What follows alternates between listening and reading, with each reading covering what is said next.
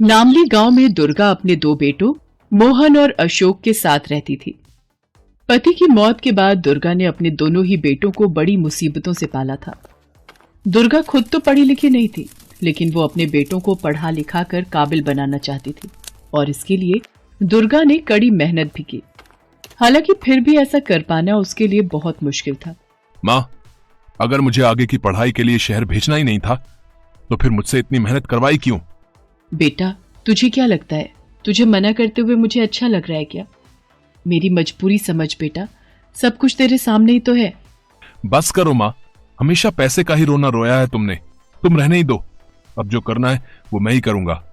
इतना कहकर अशोक घर से बाहर जाने लगा, लेकिन तभी उसके बड़े भाई मोहन ने उसे रोका और उससे बोला, कहाँ जा रहा है अशोक? और तू क्या करने वाला है? कुछ भी करूंगा, पर मैं अपनी मेहनत और अपना भविष्य किसी हालत में खराब नहीं करूंगा भैया। तो रुक, मैं जानता हूं कि तू गलत नहीं है, पर ऐसा गुस्सा करना तो ठीक नहीं है ना। तो मैं और क्या करूं भैया, आप ही बताओ।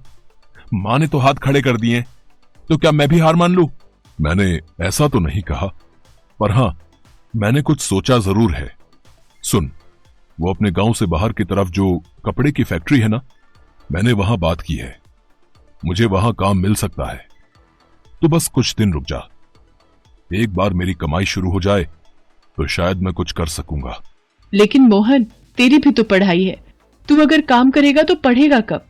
कोई बात नहीं मां, मैं पढ़ूं या अशोक, बात तो एक ही है ना। और वैसे भी अब आपकी उम्र भी तो नहीं है काम करने की। मैं कमाने लगूंगा तो आप भी घर पर रहकर आराम करना। बड़े बेटे मोहन की समझदारी देखकर दुर्गा की आंखें भर आईं। अशोक को भी अपने बड़े भाई की बात ठीक लग रही थी। मोहन ने जैसा कहा था वैसा हुआ भी। उसे कपड़े की फैक्ट्री में काम मिल गया और अब मोहन अपने घर का खर्च उठाने लगा। साथ ही अशोक को शहर भेजने का इंतजाम भी उसने बहुत जल्दी कर लिया। अपने घर को गिरवी रखकर उसने थोड़ा कर्ज भी लिया और उन्हीं पैसों से उसने अशोक का एडमिशन शहर के एक अच्छे कॉलेज में करवा दिया। अच्छा भैया, चलता हूं, अपना ख्याल रखना। हाँ छोटे, जा, और शहर जाकर खूब मन लगाकर पढ़ना। खर्चे की चिंता बिल्कुल मत करना, ठीक है?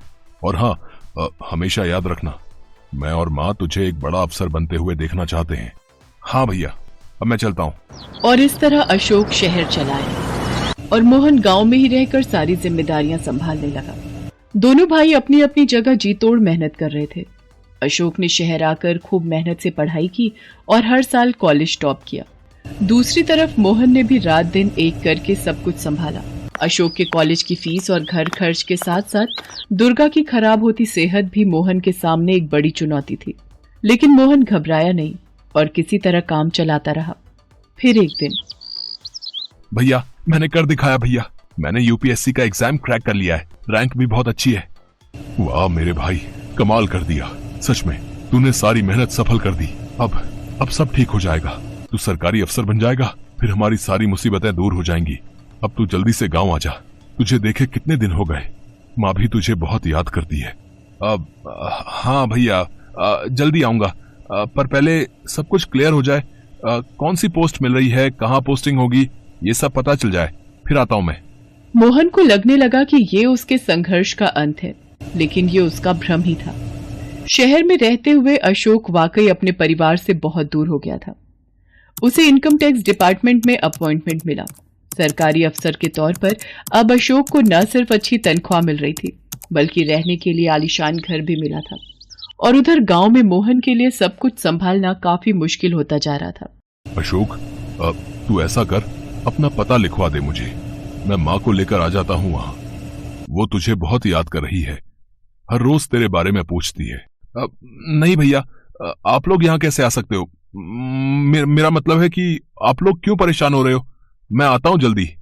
नहीं अशोक, माँ को मना करना अब ठीक नहीं है, और सच तो यह है कि मेरा भी तुझसे मिलने का बहुत मन कर रहा है। मैं भी तो देखूं कि सरकारी अफसर बनने के बाद मेरा भाई कैसा दिखता है।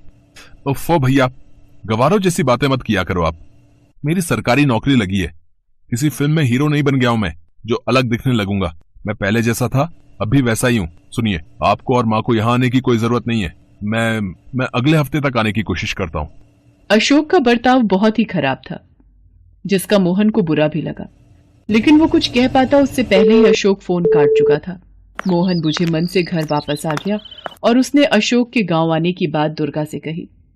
खराब तबीयत के बावजूद दुर्गा तैयारियों में लग गई, लेकिन मोहन में कोई उत्साह बाकी नहीं था, क्योंकि वो समझ गया था कि जिस अशोक को उसने शहर पढ़ने भेजा था अब वो काफी बदल चुका था। इससे बेखबर दुर्गा बहुत खुश थी और बड़ी ही बेसब्री से अशोक के आने का इंतजार कर रही थी। अशोक, तू आ गया बेटा। कैसा है तू? सरकारी अफसर बन गया तो भूल गया अपने परिवार को? माँ, अगर यही सब बातें सुनानी है तो मैं अभी वापस जा रहा हूँ। अरे देख रहा है मोहन, अफसर बाबू की नाक तो बड़ी ऊंची हो गई है। वैसे कुछ अलग नहीं है, ये तो है ही बचपन से नक चढ़ा। चल आजा जल्दी से, मैंने तेरी पसंद का खाना बनाया है। अब नहीं माँ, खाना तो नहीं खा पाऊंगा, बस 1-2 घंटे में निकलूंगा मैं। ये क्या कह रहा है? इतने दिनों बाद घर आया है और एक दिन भी नहीं रुकेगा?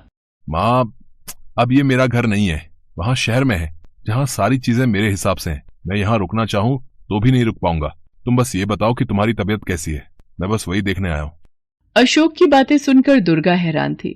अब उसे भी अशोक में आया बदलाव साफ दिखाई दे रहा था। जब दुर्गा ने अशोक की बात का कोई जवाब नहीं दिया तो मोहन ने कहा, अब माँ की तबीयत ठीक नहीं है अशोक, मैंने तुझे बताया तो था, यहाँ के डॉक्टर कुछ खास नहीं कर पा रहे हैं। तू ऐसा कर, जितना जल्दी हो सके हमें अपने साथ शहर ले चल, वहां माँ का इलाज करवाएंगे। तो आप कैसी बातें कर रहे हैं भैया? शहर में इलाज कितना महंगा है आपको पता भी है, और सच कहूं तो मुझे तो माँ भली चंगी लग रही है। आप फालतू में इतनी चिंता कर रहे हो, बाकी बुढ़ापा है तो थोड़ी बहुत परेशानियां तो लगी रहेंगी। अशोक, ये कैसी बातें कर रहा है तू? माँ को सांस की बीमारी है, तूने कुछ भी नहीं देखा है, इसीलिए ऐसी बातें कर रहा है। तू एक बार मेरे कहने से माँ को शहर ले चल, फिर जो डॉक्टर कहेंगे वही करेंगे। इसकी जरूरत नहीं है भैया, मैंने कहा ना, मैं इतना बड़ा अफसर बन गया हूं तो इतना तो बता ही सकता हूं कि क्या करना चाहिए और क्या नहीं। तू अफसर बन गया है, कोई डॉक्टर नहीं, समझा? हाँ तो आप क्या हो? हैं? कल भी एक दिहाड़ी मजदूर थे और आज भी वही हो। अशोक, वो तेरा बड़ा भाई है, ये मत भूल कि आज तू जो कुछ भी है उसी की वजह से है। उफ, तो इस सब के लिए बुला रहे थे आप लोग मुझे? मैं अपना इतना जरूरी काम छोड़कर आया हूं और आप लोग? ठीक है अशोक, तो तू जाकर अपना जरूरी काम ही संभाल, यहाँ मैं हूँ। मोहन की बात सुनकर अशोक वहाँ एक पल भी नहीं रुका और वापस शहर चला आया। इसके बाद से न मोहन ने अशोक को कभी फोन किया और न ही अशोक ने कभी अपनी माँ और भाई का हालचाल जानने की कोशिश की।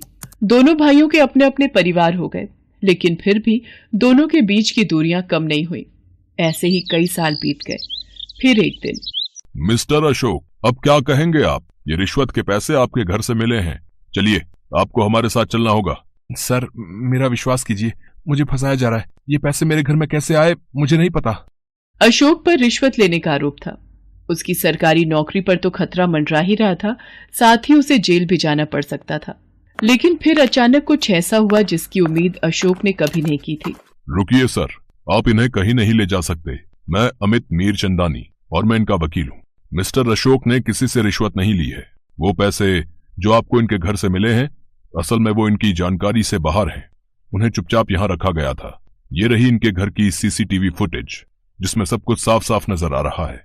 जांच अधिकारियों ने सीसीटीवी फुटेज देखकर तसल्ली की और इस तरह अशोक बहुत बड़ी मुसीबत से बच गया। फिर जांच अधिकारियों के जाने के बाद, मिस्टर मीरचंदानी, मैं आपका जितना भी शुक्रिया कहूँ वो कमी होगा। पर मुझे ये बताइए कि आपने मेरी मदद क्यों की? मैं तो आपको जानता भी नहीं। जी, आप मुझे नहीं जानते, लेकिन मोहन भैया जानते हैं। वो जिस फैक्ट्री में काम करते हैं, मैं उस फैक्ट्री के मालिक का बेटा हूँ। मेरे पापा ने जब अखबार में आपके खिलाफ चल रही जांच के बारे में पढ़ा तो मोहन भैया को फौरन इस बारे में बताया। ये मोहन भैया का आप पर विश्वास ही था, जिसे देखकर मेरे पापा ने आपकी मदद करने का फैसला किया और मुझे इस बारे में बताया। मैं काफी दिनों से आपका केस स्टडी कर रहा हूँ, जिसमें मैंने पाया कि आप सच में बेकसूर हैं, तो बस इसीलिए मैंने आपकी मदद की। उस वकील की बात सुनकर अशोक फूट फूट कर रोने लगा। उसे खुद पर शर्म आ रही थी। वो समझ गया था कि भले ही वो रिश्वत लेने का गुनहगार नहीं था, लेकिन अपने भाई और अपनी माँ का बहुत बड़ा गुनहगार था। अशोक फौरन अपने गांव पहुंचा और उसने मोहन के पैरों में गिरकर उससे माफी मांगी। वो अपनी माँ से भी माफी मांगना चाहता था, लेकिन अब ये मुमकिन नहीं था। भैया, मुझे माफी नहीं बल्कि सजा चाहिए, क्योंकि मैं इसी के लायक हूँ। सच तो यह है कि मैं अफसर तो बन गया, लेकिन एक अच्छा भाई और बेटा नहीं बन सका। मोहन की आंखों में भी आंसू थे, लेकिन खुशी के। उसने अशोक को अपने गले से लगा लिया और उसे माफ भी कर दिया। दोनों भाइयों का ये मेल भले ही दुर्गा अपनी आंखों से नहीं देख सकी, लेकिन वास्तव में यही उसकी आखिरी इच्छा थी जो उसके मरने के बाद पूरी हो रही थी।